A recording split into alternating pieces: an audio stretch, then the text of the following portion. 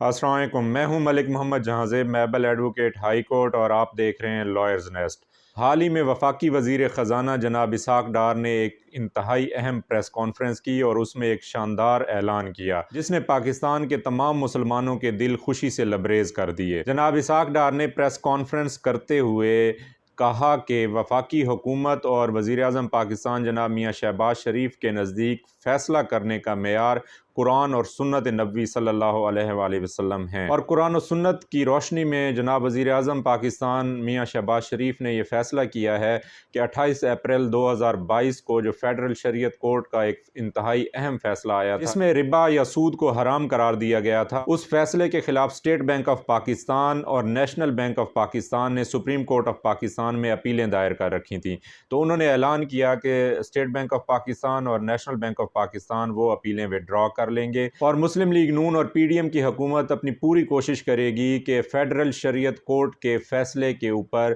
منوعاً عمل کیا جائے اور فیصلے پر جلد از جلد عمل درآمد کو یقینی بنایا جائے، اور اس سلسلے میں مناسب اقدامات اٹھائے جائیں، اور جتنا جلدی ممکن ہو سکا وفاقی حکومت اور پی ڈی ایم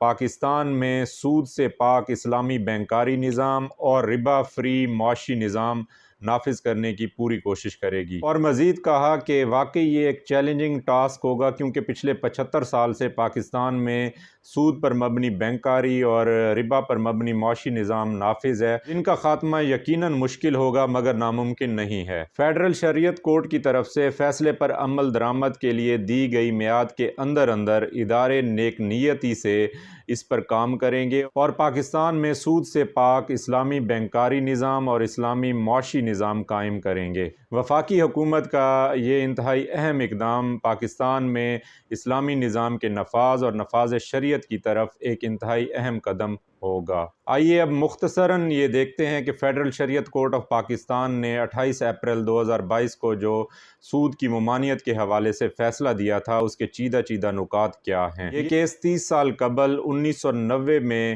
شروع ہوا تھا اور اس پر وفاقی شرعی عدالت نے سود کو حرام قرار دینے کا فیصلہ نومبر 1991 میں کر دیا تھا۔ اس کے بعد وفاقی حکومت نے اس فیصلے کے خلاف سپریم کورٹ میں اپیل دائر کر دی تھی۔ قانون یہ ہے کہ جب فیڈرل شریعت کورٹ کے کسی بھی فیصلے کے خلاف سپریم کورٹ آف پاکستان میں اپیل دائر ہوتی ہے تو وہ فیصلہ رک جاتا ہے، اس کی ایگزیکیوشن رک جاتی ہے، یا دوسرے لفظوں میں وہ فیصلہ آٹومیٹکلی سٹے ہو جاتا ہے۔ Honourable supreme court of Pakistan نے 2002 عیسوی میں یہ کیس واپس فیڈرل شریعت کورٹ کو ریمانڈ کر دیا اور کہا کہ اس کا فیصلہ دوبارہ کرے، اور بالآخر 19 سال بعد 28 اپریل 2022 کو وہ اہم ترین دن تھا جب فیڈرل شریعت کورٹ آف پاکستان کے 3 رکنی بینچ نے، جس کی سربراہی چیف جسٹس فیڈرل شریعت کورٹ جناب نور محمد کر رہے تھے، انہوں نے متفقہ طور پر سود کے خلاف دائر مختلف درخواست گزاروں کی درخواستوں پر فیصلہ سنایا۔ فیڈرل شریعت کورٹ کے آنریبل بینچ کے دیگر 2 ممبران میں جسٹس محمد انور اور جسٹس خادم حسین شامل تھے۔ جسٹس محمد انور نے یہ فیصلہ پڑھ کر سنایا۔ فیصلے میں بڑے واضح الفاظ میں سود کو غیر شرعی اور غیر اسلامی قرار دیا گیا اور فیڈرل گورنمنٹ کو ہدایت کی گئی کہ 5 سال کے اندر 31 دسمبر 2027 تک پاکستان کے بینکاری نظام کو سود سے پاک کیا جائے اور پاکستان کے معاشی نظام کو ربا فری کیا جائے اور پاکستان میں اسلامی بینکاری کا نظام متعارف کروایا جائے۔ فیصلے میں مزید کہا گیا کہ اسلام میں ربا کی مکمل ممانعت ہے اور پاکستان میں ان اصولوں اور قوانین کو ختم کیا جائے جو ربا کو پروموٹ کرتے ہیں، اور تمام قوانین کو سود سے پاک اصولوں اور ضوابط کے مطابق ڈھالنے کا حکم دیا، اور ایسے تمام قوانین جن میں سود کا لفظ استعمال ہوا ان کو غیر شرعی قرار دے دیا۔ اور فیصلے میں مزید کہا گیا کہ انٹرسٹ سے مراد ربا ہے اور ملک کے اندرونی اور بیرونی قرضوں پر انٹرسٹ ادا کرنا ربا کے مترادف ہے، غیر شرعی ہے اور سود کے زمرے میں آتا ہے۔ حکومت اندرونی قرضوں اور ٹرانزیکشنز کو سود سے پاک بنانے کے عملی اقدامات اٹھائے اور حکومت ربا سے پاک اسلامی بینکاری نظام قائم کرے۔ اور فیصلے میں مزید کہا کہ جن قوانین میں سود کا لفظ استعمال ہوا ہے وہ فوراً ختم کیے جائیں اور 1 جون 2022 کے بعد وہ قوانین خود بخود ختم تصور ہوں گے۔ اور فیصلے میں انٹرسٹ ایکٹ 1839 کو غیر شرعی قرار دے دیا گیا، اور فیصلے میں مزید کہا کہ پوری دنیا میں سود سے پاک بینکاری کا نظام قائم کیا جا سکتا ہے۔ اور فیصلے میں وفاقی حکومت کو مزید ہدایت دی گئی کہ عالمی مالیاتی اداروں کے ساتھ قرض اور ٹرانزیکشن کو سود سے پاک کیا جائے۔ فیصلے میں لکھا گیا کہ پاکستان میں 30% بینکاری کا نظام پہلے ہی اسلامی بینکاری میں تبدیل کیا جا چکا ہے اور یہ عمل پاکستان میں احسن طریقے سے جاری ہے اور پاکستان میں سود سے پاک بینکاری ہو رہی ہے۔ ربا کا خاتمہ اسلامی ریاست کی بنیاد ہے۔ قرض سمیت کسی بھی صورت میں انٹرسٹ جو ہے وہ ربا ہے، سود ہے، اس کی ممانعت ہے۔ جماعت اسلامی سمیت مختلف پیٹیشنرز نے اس کیس میں سود کے خلاف درخواستیں دائر کر رکھی تھیں اور فیڈرل شریعت کورٹ کے سامنے جو مین کویسچن آف لا تھا، جو ایک قانونی سوال تھا، وہ یہ تھا کہ کیا ربا یا انٹرسٹ سود ہے۔ مزید یہ کہ اس فیصلے میں سیونگ سرٹیفکیٹس کے حوالے سے رولز کو بھی خلاف شرع اور خلاف اسلام قرار دے دیا گیا۔ اس فیصلے کو اسٹیٹ بینک آف پاکستان اور نیشنل بینک آف پاکستان سمیت 5 نجی بینکوں نے سپریم کورٹ میں چیلنج کر رکھا تھا اور اس کے خلاف اپیلیں دائر کر رکھی تھیں، اور اب وفاقی حکومت نے فیڈرل شریعت کورٹ آف پاکستان کے اس شرعی فیصلے کے خلاف سپریم کورٹ میں دائر اپیلیں ودرا کرنے یا واپس لینے کا فیصلہ کیا ہے اور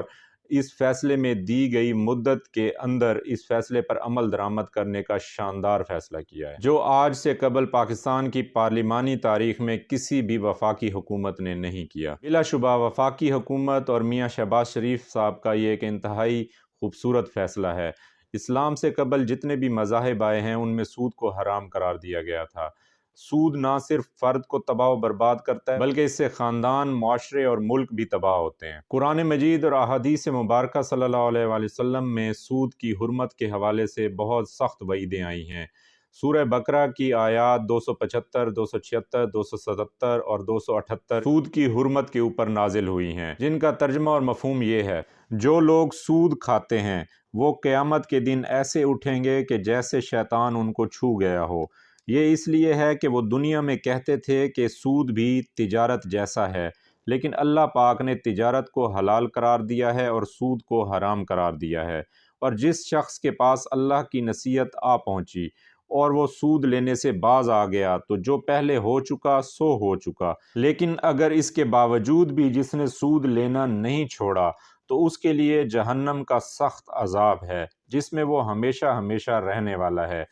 اللہ سود کے نظام کو برباد کر کے رہے گا اور صدقات کے نظام میں برکت عطا فرمائے گا، اور اللہ کسی گنہگار کو دوست نہیں رکھتا۔ اے ایمان والو، جو ایمان لائے ہو تو جو سود باقی رہ گیا ہے چھوڑ دو، اور اگر تم نے سود کو ترک نہیں کیا، نہیں چھوڑا، تو اللہ اور اس کے رسول صلی اللہ علیہ وآلہ وسلم سے جنگ کے لیے تیار ہو جاؤ۔ قرآن مجید میں ایک اور سورہ میں اللہ تبارک و تعالیٰ فرماتے ہیں، سورہ آل عمران آیت نمبر 129، جس کا ترجمہ یہ ہے: